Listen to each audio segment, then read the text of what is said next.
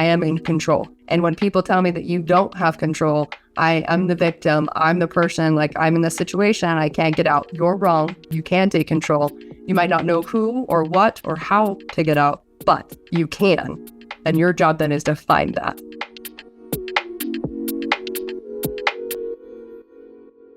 Hello, and welcome to another episode of the Unstoppable Woman podcast. I am super excited to be with you here. I'm Amira Alvarez. I am the founder and CEO of the Unstoppable Woman. We are a global coaching company that helps women entrepreneurs, the very ambitious, driven ones, really get to the next level in their business and their life so that they can have an exquisite life, not just one that feels okay or enough. So welcome. And today we have an amazing guest on the podcast. Her name is Maeli Nelson, and she has quite a story. So we're going to dive right into that. Welcome to the podcast, Maeli. And just say hi and introduce yourself. And then I'm going to ask you a bunch of questions. And that's my... Grateful. So fun to be here. I didn't really cue you up to the audience in that little intro because I just want to dive right into this very unique story that you have. It caught my attention quite a bit. And it's a real story of overcoming limitations, overcoming one's conditioning, one's history, one's upbringing. We all have an upbringing. We couldn't get here without it. And many of us have trauma with a small t versus trauma with a big T. And I think you have, like, your story includes both, if I'm right. I don't want to label things that I don't know enough about. But for our audience, you know, Maeli's journey is one of growing up in a cult, which is like very unique experience. Not very many people have that kind of experience. And then overcoming that and growing her life and her business. And we're going to get to all the aspects of that, her entrepreneurial journey. But let's start with that and how that framed the journey. You know, I will say that it's interesting since I've been vulnerable and being willing to share my story. I haven't always wanted to, right? That's something that, you know, as listeners, sometimes we all have our own story, right? We all have this incredible backstory and we don't think it's an amazing story until you start sharing it. And all of a sudden it's like, ooh, you know, people loving on your story. And so I will just say, just first and foremost, you all have a story, and just be vulnerable and willing to share it is a big deal. And since then, since I've been willing to share it, there has been so much love and light shared upon me. So first off, I'm just grateful to be able to share it finally, right? I feel confident and I have the ability to share that story. It hasn't always been like that. And so I encourage you to share your story too, because we all have an incredible story that will help change and inspire all of our lives, right? Yeah, well, let's start with that. What allowed you, or what was the thing that like opened the crack in the door that allowed you to be much more vulnerable about this story, which we will get into, but sure.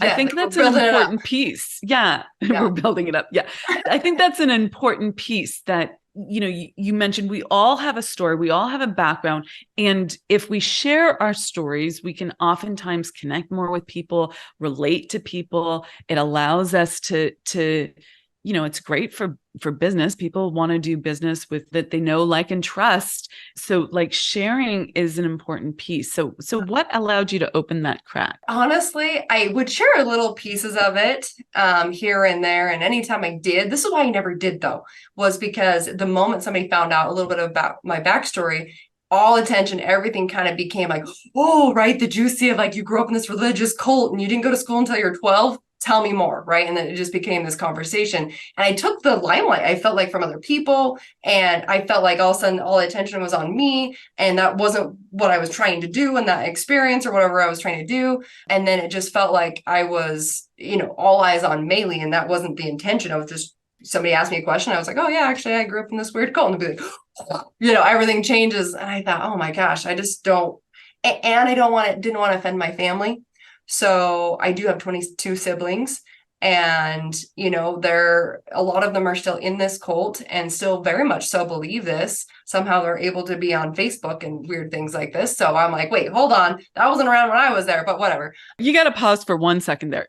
22 siblings. Yeah. Okay. Just tell me a little bit about that. Okay. That cannot possibly be one mother. Same mother? No, it's not. Okay.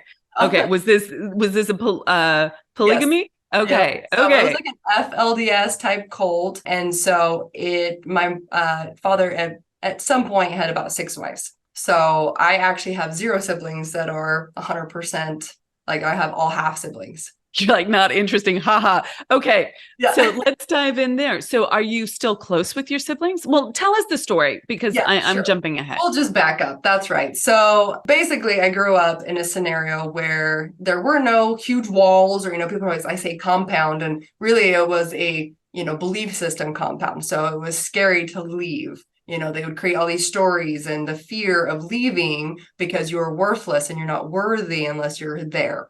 And so that was the story. That was the belief system that I grew up with, was as long as I was on property, I was safe.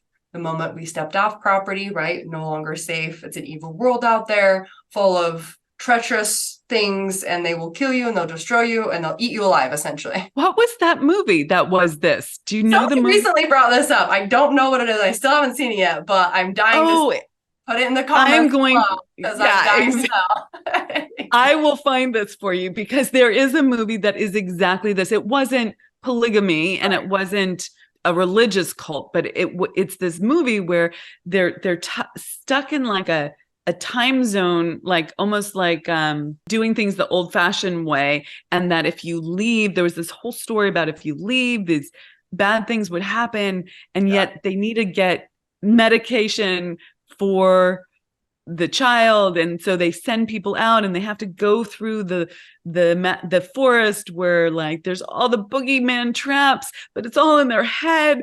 And I mean, I was terrified because I didn't know I didn't know the end of the movie, but oh my goodness. Okay, please continue. But really, that wasn't even the most scary part. Now that I'm an adult and I've gone through all this, looking back, the scariest part was actually the belief system that women were not enough in the real world. So we couldn't, the only thing that we could learn is how to cook, how to clean, and how to take care of babies.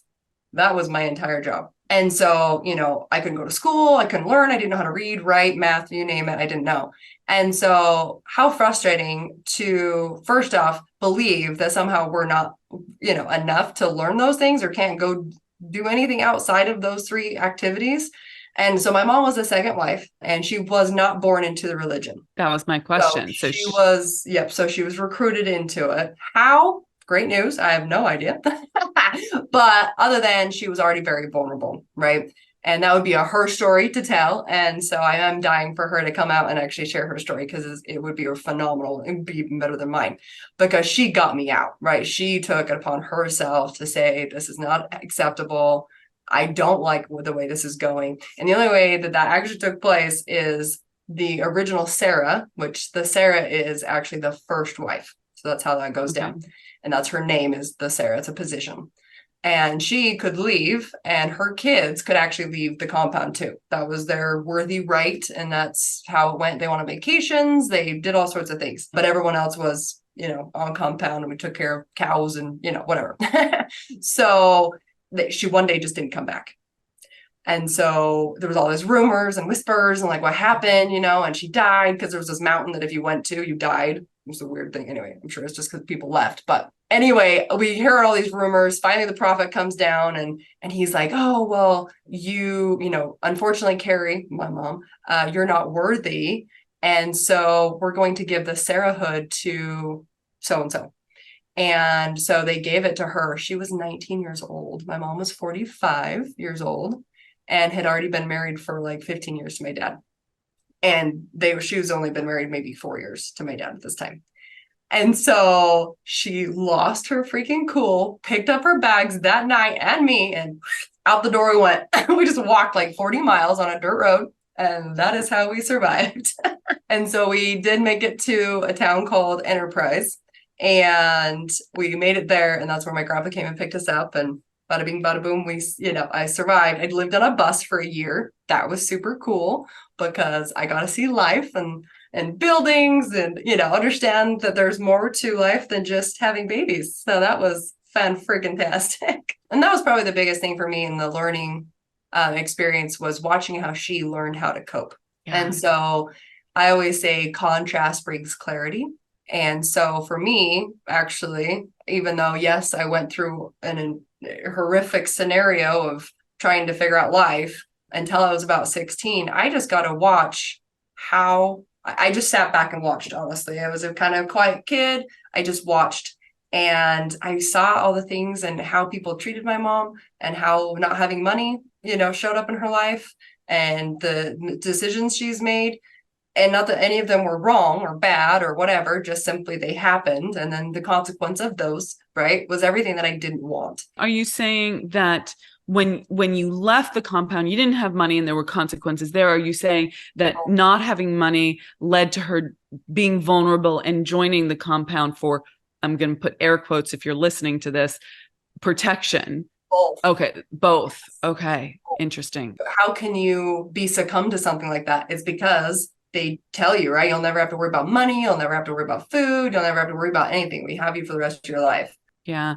So interesting. So one of the things that I, a lens through which I teach and frame things for entrepreneurs is that we're here for more life. We're here for expansion. We're here to continue to grow ourselves into, more and more of our purpose. It gets unpacked as we walk the path.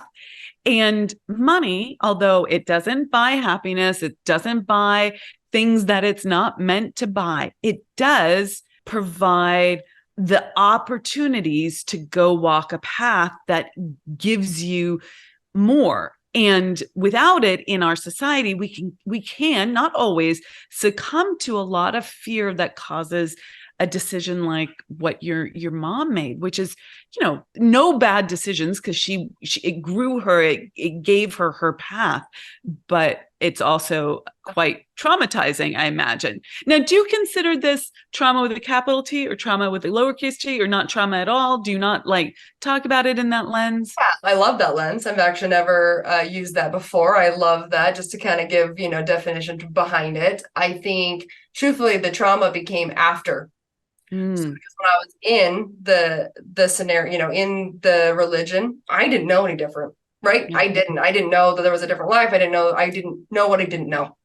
And because that was the case, I thought life was great. I was just a, little homeless looking kid running around the farm. It was fine. Yeah. But yeah, it was after. And part of it was because of all the self-belief, limiting beliefs that they put into my mom's head and and me, right? So all the things that aren't real in this world and the beliefs that got put into us was absolutely horrifying. And, I'd show up to school. I always say this is funny, but this was me. So I went to school, 6th grade was the first time I went to school. And somebody, actually my teacher, one of them pulled me aside and said, "Where did you come from and what planet did you get dropped from?" Okay. Let me tell you, Yeah. Let me help you. And he did, actually. He took me under his wing, and with the aid of my mom's help and his help, I basically, for, the next year, 4 hours a day, just studied and learned how to, survive in school, essentially. I want to pause there because I think this is really hugely valuable. You hadn't gone to school. You're 12. You're in 6th grade. You've fallen from frickin' Mars, right? Okay. Or Venus or whatever, right?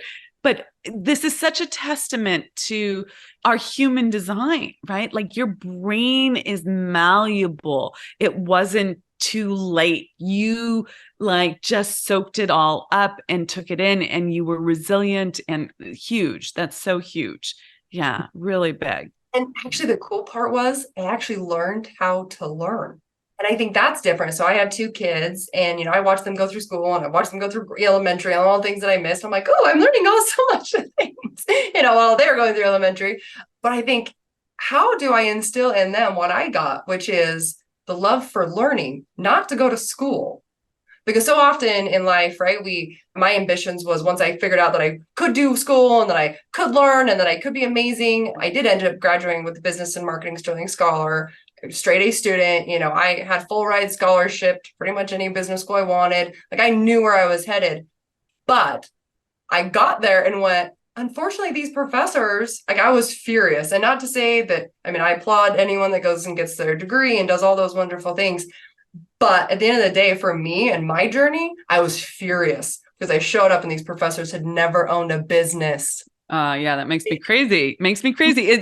It's all academic. And I love my academic upbringing, right? I love being like that star student and going for it and like, because I loved learning. Exactly. Okay. But there's learning, there's book learning. There's a place for that. I read plenty of business books. I study. Okay. Yep. I think it's a skill. I think that's really important.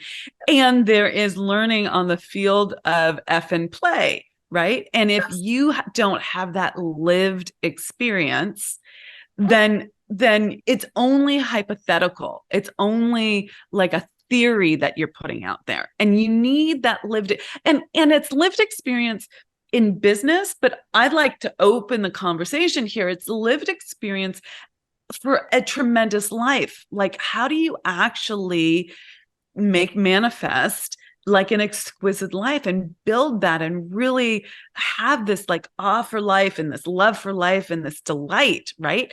There are a lot of people who talk a good game and then you pull back the covers, right? And you're like, you're miserable, right? And that's and I'm not saying that life is perfect every single day. That would be an untruth, but like a joie de vivre it's a talent that you have to have a lived experience of. It doesn't come from just studying the process, right? And that was it, right? For me, I think it gave me a lot of wins in my life. So yes, it was a capital T trauma until I was about 17, because also, unfortunately, the same gentleman who took me under his wing and was like, oh, I'll take care of you, I'll help you, unfortunately started, sexually molesting me until I was about 16 and a half. Because again, I didn't know, right? I didn't know what was right, what was wrong. I was very vulnerable. And finally I went, wait a second here. I'm grateful that you are actually buying me clothes, right? That I have a life like that, but this is absolutely not acceptable. And I had to cut that off. And that was traumatizing because he kept saying like, oh, I'll kill myself. Oh, it's like, oh my gosh, right? It turned into this whole mess. But through that whole process, two things that I took from it.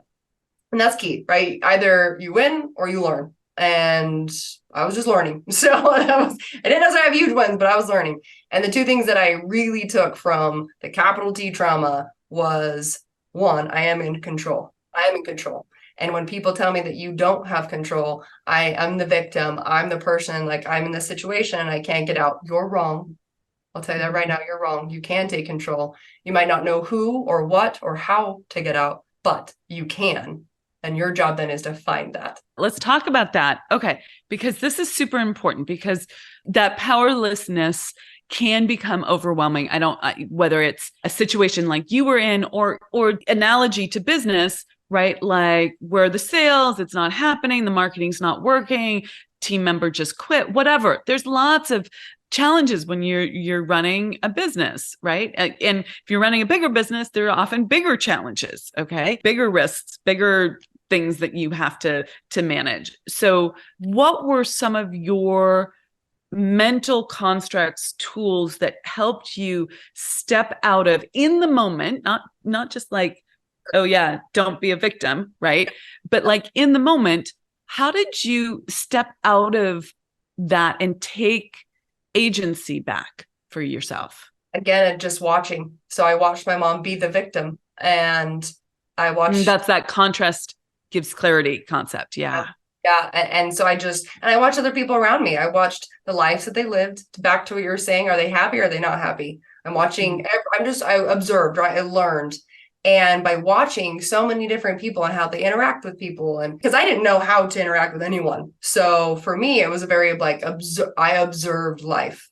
And let's pause there. I think this is super important, Maeli. I just want to underscore this for our audience.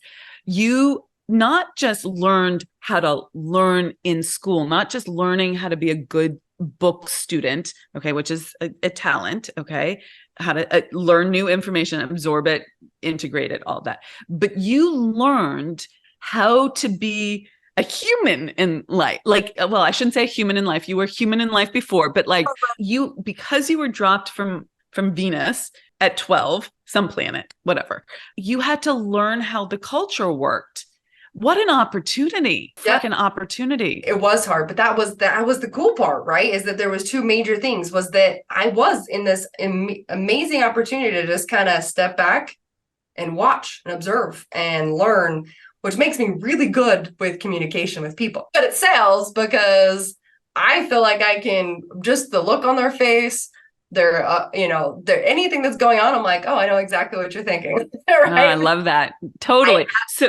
I had to learn this, right? I did a lot of observation as a child. I think that's a really interesting point that you made about having that link between observing and sales.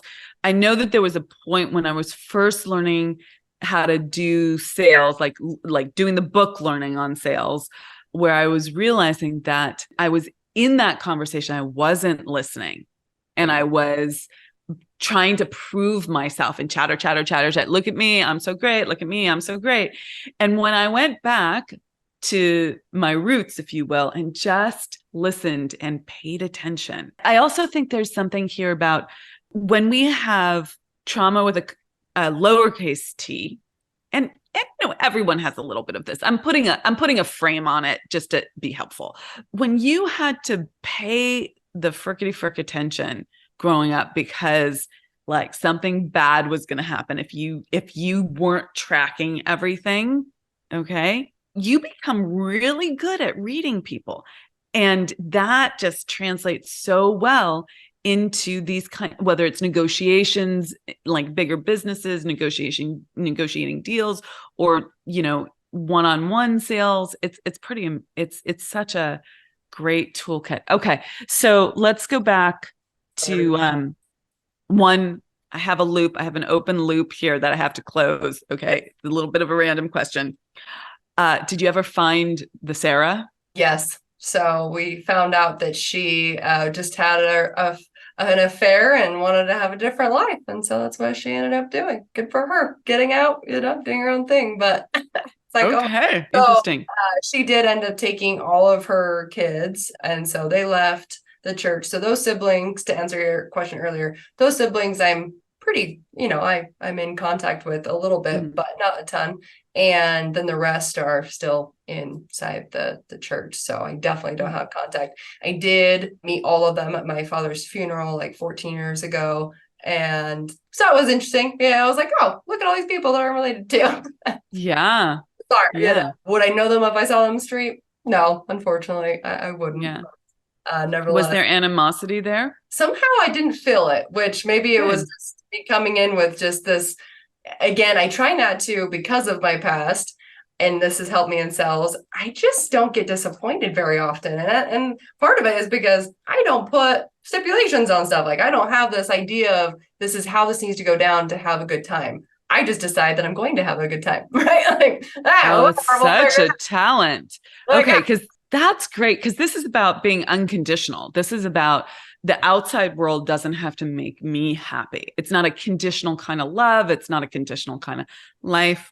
You don't get disappointed. That's amazing. I cannot claim that for myself. I'm still on that journey. Okay. Perfect. Yeah. But I do think that curates a lot of wins though in your life. Because most of the time as business owners, we do get stuck in the weeds.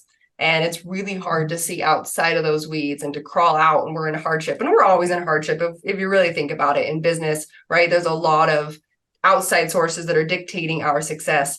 And so instead, if we look at it and just simply say, well, my success is my success, and that means I showered today, then check. You know what I mean? Like, that can be a success. And I do think that we forget all the little wins that we need to accomplish, every day. Yeah. But last thing I'll say on my younger part of my story with the big T that I learned, the second thing that I learned was that it's okay to fail. Yeah. And for me, this was probably the biggest takeaway from my younger, years, was that all of my paperwork, all my assignments, everything that I did from top to bottom, right, was in a scenario where everything came back as marked red, right? Everything. I mean, all my assignments, right?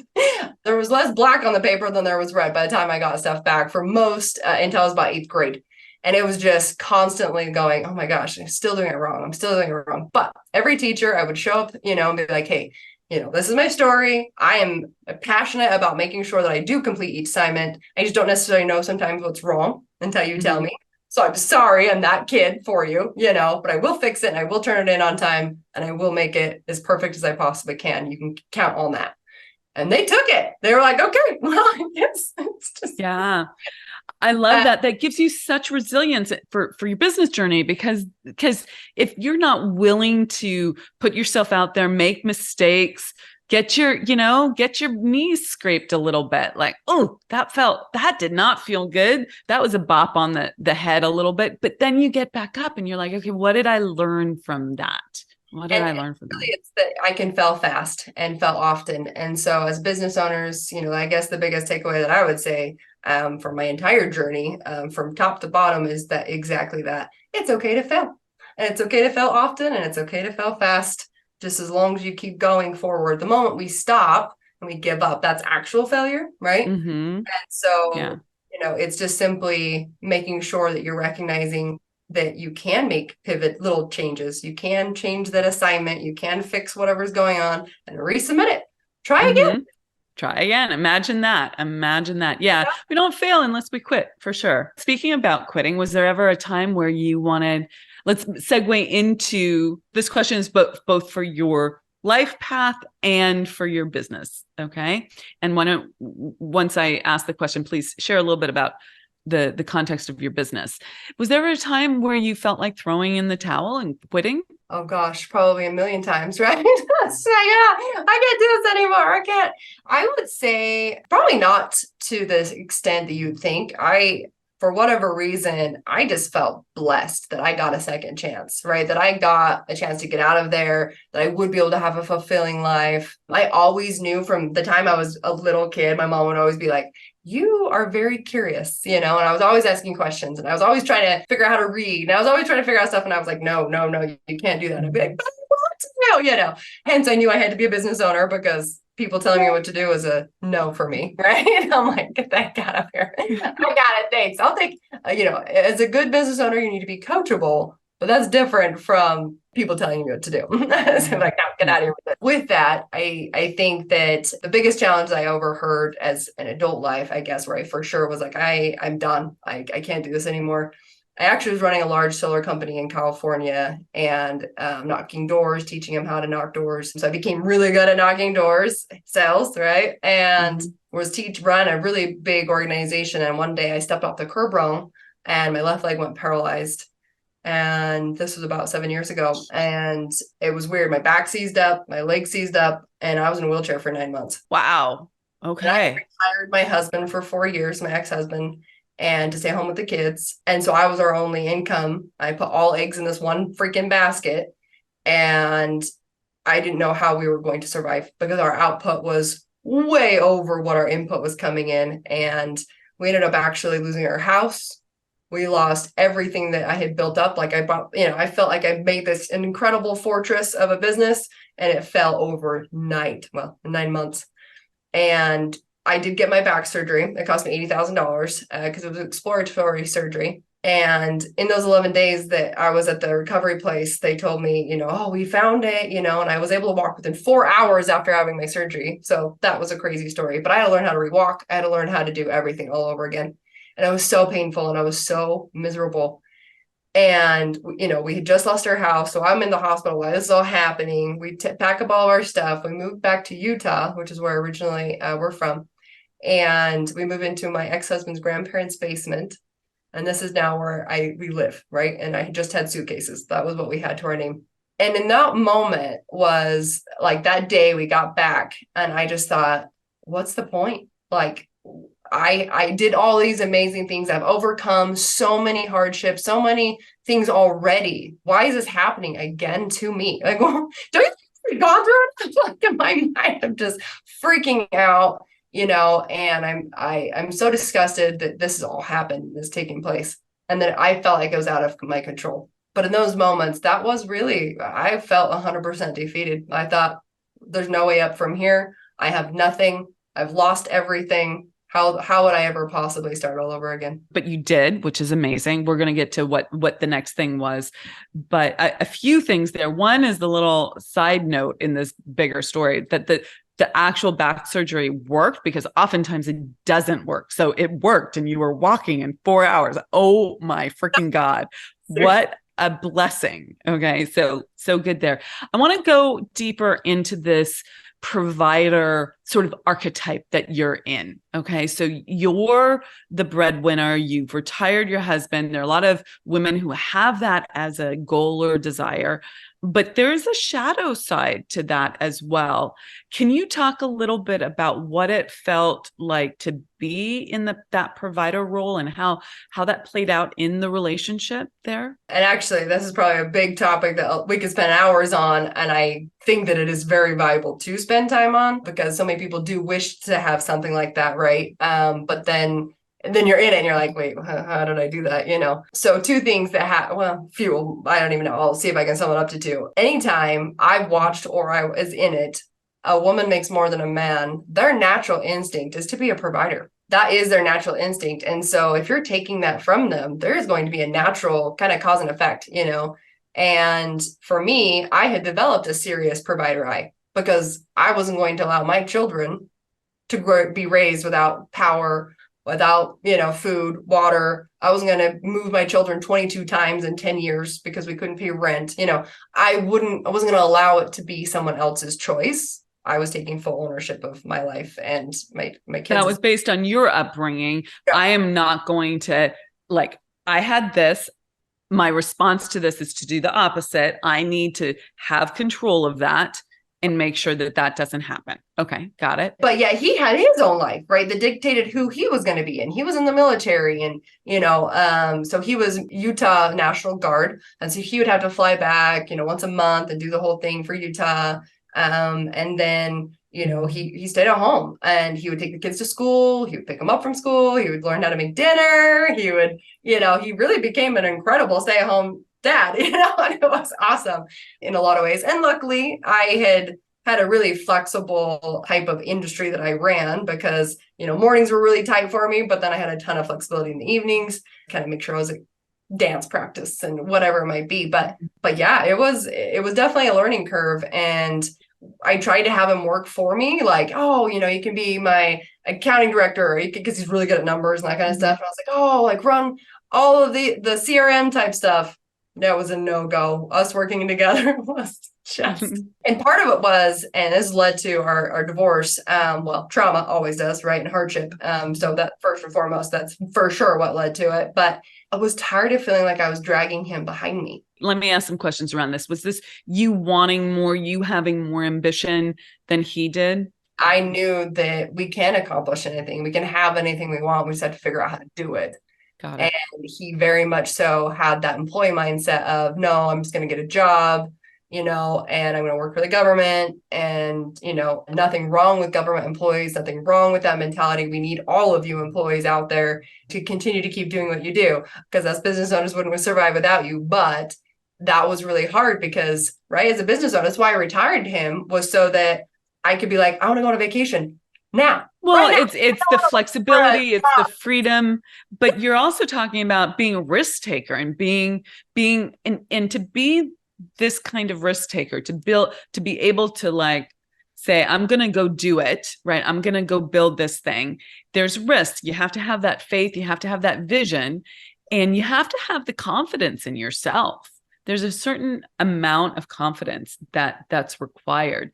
And I think what's interesting about many super successful people is that they have almost like a Dr. Jekyll, Mr. Hyde kind of scenario. It's like they're super confident, and then on the inside, there's all this like, am I enough? Is it going to work out? What if I, mess it up? And it's this, it's kind of schizophrenic, but it somehow works also. Like, here I am, I'm confident. I truly am confident. But then on the inside, it's like, okay, am I going to be able to do this next big thing that I just threw down the gauntlet on? And oh my goodness, right? Am I doing the right thing? Is this the right thing? Blah, blah, blah, blah. So It's an interesting combo there. So where did you go? What kind of business did you build? Like what are you doing now? What's your CEO journey like? So it was interesting. So we moved back to that house. We were in the basement. I'm in the dungeon essentially. There's like, super dark windows. I went through like 5 months of serious depression, and I used to make fun of people that went through depression. So that's probably why it happened to me, so that I couldn't do that anymore. Because in my mind, depression is no joke. Yeah. Right. And I honestly, for whatever reason, was like, yeah, just read a self-help book and pick yourself up and get to it again. Like in my mind, because I had done that so many times, and I was like, come on, just self-help, like just get to it. But I did. I fell into a serious depression. I really thought like this was it. I'm just going to let, my ex-husband get back to work, and we'll slowly dig ourselves out of this crazy nightmare of a hole that we've dug. And that was kind of where I was at. And then one day I was driving past a sign, I was dropping the kids off to school, and a sign said, real estate investor seeks trainee. And I thought, okay. And it's like chicken scratch handwriting, one of those ghetto signs. And I was like, oh, okay, right. And then I thought this kind of overwhelming feeling happened. And I pulled over, and I couldn't shake it. And it was this feeling of, but wait a second, Maeli, you've always wanted to be in the real estate investing side of things. You always wanted to have business, but I read Rich Dad Poor Dad when I was, 17, and went, whoa, I need all the things, right? I need to be able to be on that cash flow quadrant. I need to make sure that I'm living on this side, not this side. And I made some really lofty goals for myself for retirement. And as business owners, we don't usually have a retirement. Our retirement is sell our business, or hopefully we have some type of residual income from our business to retire. That's, kind of usually how it goes down. And then I started studying some really wealthy people. And what I found was that business owners, the most wealthy people, they make money in business, but then they store all their money for the most part in real estate, because it's a fantastic tax strategy, right? And I thought, oh my gosh, wait, so I was just stewing on it. And then this just overwhelming feeling was like, Maeli, if you have a well-managed rental, it will pay you whether you're sick, whether you're in bed in a wheelchair, whether you're on vacation, or I'm dead, or I'm alive. And it just kept hitting me with like, oh my gosh, that's it. I need to be able to have some type of residual income, like a rental, that their only job is to work all month to pay mortgage. Like they're working so hard to pay me, right? Rather than me working so hard to try and pay everyone else in the world, right? Because, welcome to business. And so I thought, okay, well, I don't know anything about real estate, like zero. I mean, I bought a house. That was as much as I knew. So I did call this number off the side, and they invited me down to a workshop. And I was like, okay, well, I've got nothing to lose, and I have no money to my name. So I got, it doesn't really matter. And I did. I found a mentor. I found a coach. I highly recommend everyone always having a coach, right? And I found a coach and somebody that would actually show me the ropes and show me how to get into it. I was able to start immediately doing some short-term rentals, not using any of my own money or cash or capital, and leveraging other relationships and other mortgage people, subject to properties where you can take over other people's mortgages. I learned these strategies and went, oh my gosh, wait a second. We're onto something here, right? Okay, so pause right there. So I know there are a lot of women going, "Ooh, this sounds good. I love that." And then the brain is kicking in and going, "I'm at freaking capacity right now. I don't have time to learn all this stuff and do all this stuff and all that." So what about for those women? Like, is this an underhanded pitch? Like, can you help those women? Like, what happens there? So I am the president of the Utah Women's Real Estate Investing Association here in Utah. And we are looking to expand. So if anybody's like, oh, it's free, right? It's just a cute little group, a network that we all get together and talk about strategies and how it works. And so, yeah, anyone that's looking to maybe have an awesome business and you just need to store capital, because if you have just one rental, and this is crazy, if you have just one rental under your name, you open up 450 tax deduction categories. Woohoo! 450. Awesome. So yeah, at least do one, right? And you can self-direct and like your IRAs, any of your, your retirement accounts. So many of us have health savings accounts there, I can speak. And so many of us have, 401s or some type of, Roth IRAs or whatever. All of those, it doesn't matter which one they are, they can be self-directed into. Yeah. And you don't get taxed on gains. So if you own a rental and you bought it with your retirement account, all the income that comes into that property is 100% tax-free. That's amazing. Forever and ever. Sexy. So awesome. Forever. And Yeah, I love that. Now, can you only tap the income once you retire? ever. I Without should know this because my ex, he was into real estate investing and I encouraged him to go study it and like go do the coaching on it. And we created a self-directed IRA and it has 401k, whatever it's called. And it was for real estate investing. I still have it and it's like sitting there. But so coach me up here. to it more so probably than anything, you just tap into it to buy another property, right? Like, so you can always tap into it to buy more real estate. And then once you're 65, you can pull it out without any fees or whatever, just like a traditional. So really think of it, and hopefully this is helpful to everyone. So think of it like it's still acting as just your 401. It's still acting as your Roth IRA at like your normal job, or as you're contributing it into it every year. Great. And you have like your little, what is it? Max is like $6,000 a year you can contribute. Well, nobody's retiring off of $6,000 a year as you're adding to that. I'm sorry, right? Like that's really not a retirement plan. So, but what is a retirement plan is you can acquire a rental for $30,000, let's say, right? Because you're just taking over the note that's being called due. And so you consume the loan, you have a property now for $30,000, and then the rent, because you're going to rent it out. So all that money that goes into it is just capital gains. You don't get taxed on capital gains. And so don't touch it like you weren't going to touch it before, right? It's just the same thing. But you could sell it if you wanted to. You could sell it and buy something else. Okay. Gains still go back into your 401. That's amazing. This is beautiful. Okay. Okay, so you've just unpacked a giant tax loophole for all of us. Thank you very much. Much appreciated. But how do you speak to the woman who's like, Maeli, that sounds great, but I have zero desire and zero time to find properties, manage properties, figure out the financing on all of that. What do you do?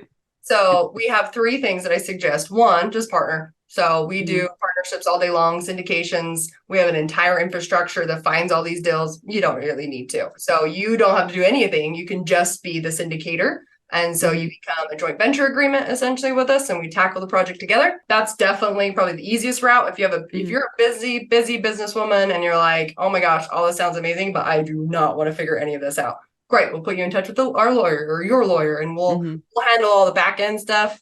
Simply, you just throw your money. And most of the time, I mean, I don't know one deal that we've done in the last 5 years that somebody's making less than a 30% return. That's amazing. It's insane to think about. Yeah. What? So obviously it's better to do real estate than most of the other stuff. And you control. I mean, unfortunately, the stock market, like, don't get me wrong, great. There's a lot of, diversify, fine, do, what you feel right. But I mean, the stock market can be zero. And whatever you put stock in, like Kmart, where did that go? Right. Like it can't be. At least real estate will never be worth zero. It's at least worth the dirt that it's on. Yeah, I think there's a lot to be said for that. Having a good money manager, someone who follows, makes, and is on it, is super important. Just putting your money, I mean, if you're going to put it in the S&P 500, okay, that's fine. But if you're going to actually put stocks in there and do it, like even funds, they're managed by people so far away from you, so distant, having a good money manager is a big deal. Asking the right questions, like show me properties you've done, show me the syndication, show me your history, So my husband and I have fixed and flipped now over 250 homes. That's crazy. Amazing. And then now we own dozens and dozens of rentals across the nation. And, the key behind it is all of my deals, we pick up seller financing, which is freaking awesome. Because if you're listening, and you're thinking, oh, well, I pick up a rental every year, I'm doing awesome. You are doing awesome, but I will say you're doing it at a very small, tiny scale, because you will get capped at like 6 homes per year, in your lifetime. So you can only have 6 rentals probably under your belt. Like that's it. And they'll cap, Fannie Mae and Freddie Mac will just cut you off unless you're buying cash. So my suggestion is to think of new tools, right? And let me help you with that. But think of new ways you can acquire properties without having to use the bank, because they will limit you to 6. And that's not retirement. Yeah. So how much money would someone have to get into this world? What does that look like? If you have $30,000, it's worth having a conversation. Yeah. That's probably most of our audience. So I love that. I mean, that's a good short-term rental. I mean, that's awesome. So yeah, never too late to get started. And if you're listening and you're thinking, oh my gosh, my business is tight, I have no money to, because there are people that might have a little extra time on their hands but they have no money right this second because the business, right? They're still growing. They're still small. There's opportunity for you to jump into deals and be more of like the sweat equity too. So don't feel like there's always room to jump into real estate like I did, right? I didn't have any money to my name when I got started. Yeah. I had some time on my hands. There's ways to leverage both sides. Yeah. And even people who have large businesses oftentimes don't feel like they have extra money around. So time is a resource as well. So good. Okay. So we have had a long conversation here. I love this. Before I ask my last few questions, and I actually have many, but I'm going to limit it. Where can people find you if they want to find out more information about the real estate investing? You can just go to our website. It's probably easiest, or our Instagram or YouTube page, but it's www.mitch, M-I-T-C-H, and Maeli, M-A-E-L-I.com. So you can just go to our website or our YouTube channel. It's starting to take off, and we actually show you like the before and afters, and kind of feels like an HGTV thing, except for we show you the behind the scenes, behind the curtains, all the good stuff. And that's just Flipping with Mitch and Maeli on YouTube. So I love it. So Mitch, husband, yes. Yeah. And so this is a different kind of relationship than first marriage. If I'm correct, he has ambition. You're not pulling him along. Is that correct? Yes. Yeah. And that was the difference, and people were saying, oh man, you're just so happy. And I'm like, well, I think I've always been happy, but there was a difference because before I just always felt like I was dragging him along. Right. And like forcing this side of me. And I felt like I was a bad person because I was trying to make him be the person like me. Right. And I was trying to like, no, this is a good idea. We should take risks. We should, and he's going, no, I don't want to do any of that. Right. And now, it's the opposite. We're actually we work directly together. So he's in charge of so I'm in charge of all acquisition, and having clear lines when you work together as a couple is huge. Yeah. Huge. And so I'm in charge of like this whole side of the business, and he's inside of all this side of the business. So if you do call in and you're like, ooh, I'm, wanting to put capital into something, you'll actually be working with him. He's the one that manages all the money. Really a genius on how he structures things and how he organizes things. But I'm in charge of all acquisitions. So I love it. Yeah. Roles and responsibilities in business, huge. Like when I work with like couples and VIP days that are in business together, it's like, okay, let's get roles and responsibilities down like clearly. And then like, where do you actually need to ask the other for agreement before moving forward? It's such a huge clarity piece that then saves so much time, cleans things up. Yeah. And there's no hostility too. Right. Yeah. And you can take ownership, because if you didn't do it and it was on your side of the quadrant, right, then it's a clear line of like, ooh, this is my fault. Right. Rather than like a blame game thing, because that's easy to do with couples in general. Right. In life, it's easy. But but that's great that you both have the desire. You both have the ambition. You're really building this together. That's very exciting. Okay. So one of the things that I like to ask at the end of a conversation like this is what do you love most about yourself? Like, you're a go-getter, you have this ambition, you've got this joy, this big heart. Like, there's lots of things that you've shared with us about learning and having agency and really being persistent and resilient. Okay, we got all of that. Underneath that, like, what do you really love about yourself? If you could grow and love yourself even more, what would you say? I would say that I love that I'm really awkward. I didn't used to love that, right? Because I was so weird. I'm still just weird. And I think that love leaning into that, has been a good thing for me. And now instead of being like, oh, I need to fix this, or I need to fix this about me, or, I go, wait a second, I love that I'm weird. That's great. So without going into the fix it conversation, right? Where are you still growing? Personally, I am still having to overcome that self-belief, right? Of that I am enough, and recognizing that my story is worth being told, right? So it's a chore every day. It's something that I have to consciously first acknowledge, and then something that I have to go, okay, what am I going to do to overcome that today? It's a very, self-talk can be very damaging and paralyzing. And so I still every day I am still worthy. I am worthy. I am enough. I don't need somebody's permission. Huge. I love that. Thank Yeah. you so much for sharing that last piece, especially. I mean, this whole conversation was beautiful, right? In the vulnerability, the sharing, the all the details. People are very curious. And it's also a conversation that you've had more and more now. And like, it's not the first time you've had it. But that last thing that you said, because you are confident, you are radiant, you are doing great things, building a great business, seemingly having a great relationship, right?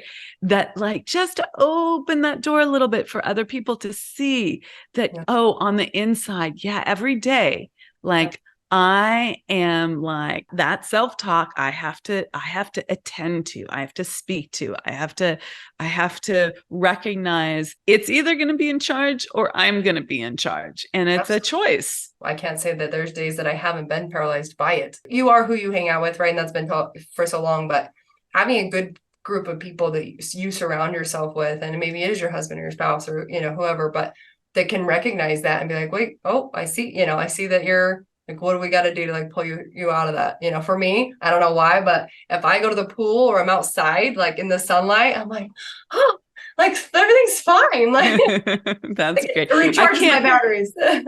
Absolutely. We have a community called the Spirit of Wealth. It's a coaching community. But it's about being unstoppable in your life and your business. This exquisite life. This is building the business, building your life. Like, how do you overcome these beliefs that could be limiting, but you're not letting them? What is that unfolding going to look like? And having that community, like, yes, I'm there as coach, teacher. I teach the laws of success, right? I teach how to undo the beliefs and the conditioning and all of that. But there's something for the women in the program to have running mates, right? To have people who get you, who have that same level of drive, and you can be vulnerable with, and also in your power and your strength. Like, you don't have to make yourself small for them, but when you're having a hard time. I think that's, so many of us, because of social media and all that fun stuff, you just hit on a really like powerful thing that you just said. And let's not pass through that, because over that as a whole, I think if we're in the limelight a lot and we are a social influencer or we are a coach, being a coach is hard because you don't want people to see your vulnerabilities. You don't want people to think that you're not perfect at the industry or what you're teaching them. You don't want them to see, because everyone's a possible, recruit. Everyone's a possible person you could be working with. Everyone needs to see the best you. Well, I kind of beg to differ on recently. Like, I used to think that was 100% the way it was. And in the last year, I think I have gained more business. Like I was saying, sharing my vulnerability, being open, crying, whatever it is, I don't even care. Just being my authentic self, where there is no hidden shadows. There's nothing that they could open. There's a book that they could be like, oh, I found this out about Maeli, or I'm full exposure. Yeah. There is something to that I still don't think I've tapped into. And that's my growth, I guess, that I'm still figuring out, because the more I do share, I think the more people just trust me. And 100%. Like, you're real, I would rather follow somebody as a coach that's real for sure than some fake person's like, well, you said you never lost money. I definitely lost money. So have I. Yeah. Like, that's not true. Yeah. It's an interesting line to walk. And sometimes I do it well. And sometimes I don't know that I do it well. Like, I have clients who say, some version of, well, you always look perfect. I'm like, really? Haven't I shared all of this stuff? It always surprises me, because I know that I'm not at all perfect. I have a skill set over here, but look at this, right?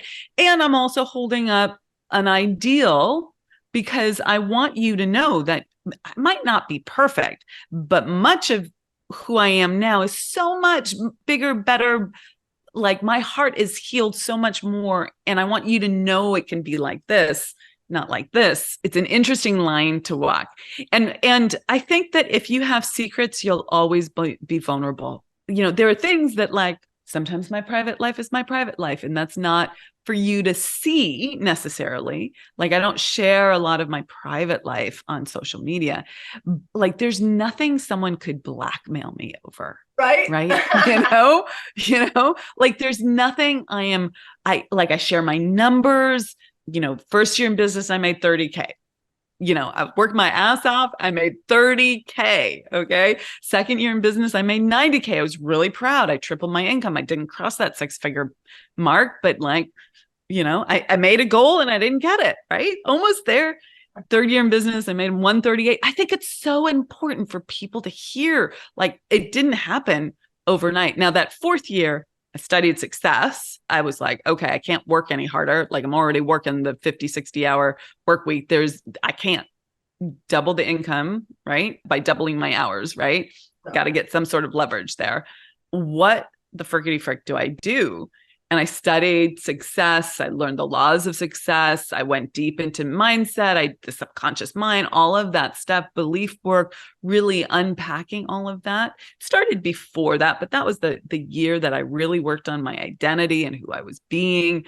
And I 5 times my income. I went from 138 to 700K. And it was like, holy smoke. Now, again, mainly, my goal was $1 million. Like, I was like, okay, let's, what is the expression? Go hard or go home, or what, Go big or go home. Yeah. Go big or go home. There we go. Like, I was like, I have that made for more, like, there's got to be more mentality. And I risked a lot, and it was not for the faint of heart. And oh my God, what an emotional roller coaster that year was. And pretty much for the years following, three years following, it was like, every day was that, like, a win, a loss, a win, a loss, a win, a loss, right? And, now, multi-million-dollar business, but it wasn't overnight. I tell this story a lot, but I told it now because I think sharing numbers is, it's important. Some of these numbers were great wins. And then there were other times where I lost 30K, or I like that was a stupid contract to sign. And, Learned though. I learned a lot. You win or you learn. I love that expression. So good. Okay, Maeli, thank you so much for being on the show. I hope everyone checks out your stuff. We'll put it in the show notes. Thank you for your vulnerability, for sharing your story, for really being resilient in this world and being a model for that and persistence. So thank you so much. Thank you for having me. It was a pleasure.